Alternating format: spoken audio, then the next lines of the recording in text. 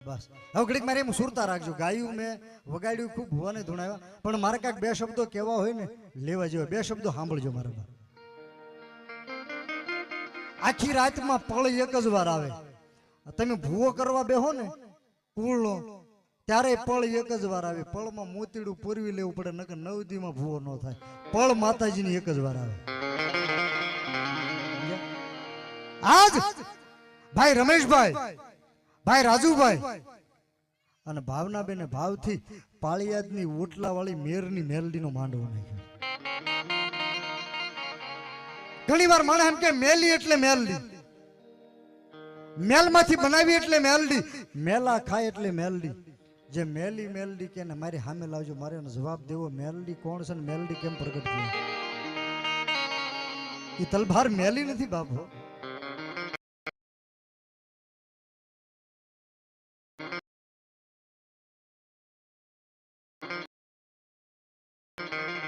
શિવ કથા ભૌમનીતિ પુરાણમાં ગણપતરામ બાપુએ માં મેલડીનું પ્રાગટ્ય લખ્યું છે. ગાત્રાળનું માં મેલડીનું અને માતાજીનો માંડવો લખ્યો છે. માંડવો કેમ થાય એની વિધિ શું છે? માં મેલડીના પ્રાગટ્યની વાત થોડીક લાંબી છે, તમને સમય મળશે તો કોક દી કરીશું. પણ એને એક દુહો લખ્યો છે, સાંભળો. મેલી મેલી સબ કહે, મેલી નહીં તલભાર, તું તો ચારેય દિશામાં આપે લડી તેથી નામ. નનામી બાળકી હજી જવાબ જ દીધો છે. નામ નથી દીધું કે હું મેલડી છું, હજી જવાબ જ દીધું. ત્રણ દેવોની સામે આવી નનામી બાળકી ઉભી રહી અને અમરિયા દૈત્યને સોટલી પકડીને માથું કાપી નાખ્યું ખબરથી.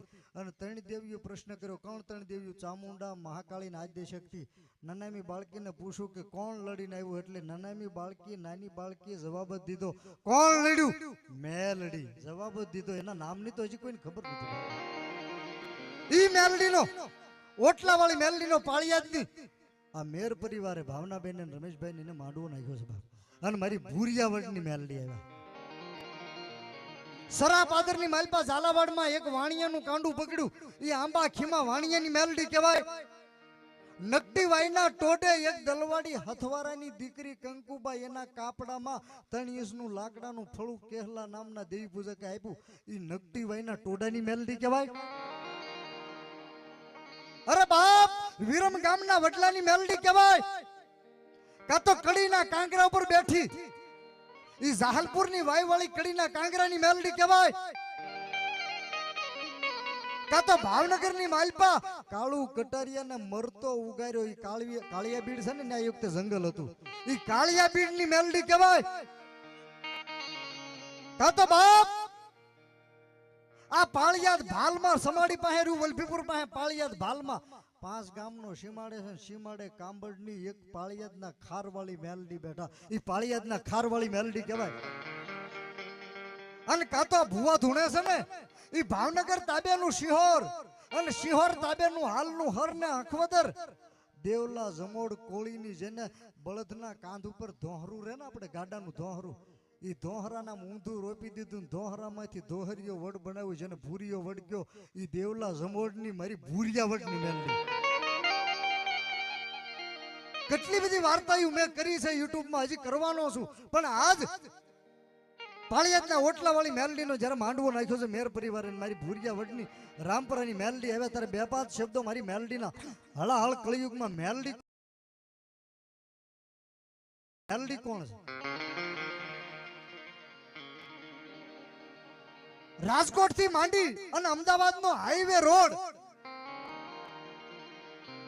જસદણ થી જાતા રાજકોટ નો હાઈવે રોડ, એ જસદણ થી થોડેક દૂર તમે આગળ હાલો ને, એક ગઢડિયા કરીને ગામ છે. કોઈ જાજો બોલું એટલો અખતરો કરજો. અને ગઢડિયા ગામની પાદરની માલપા રોડ નીકળ્યો છે, હાઈવે. એ રોડની વશમાં એક નાની એવી દેરી છે.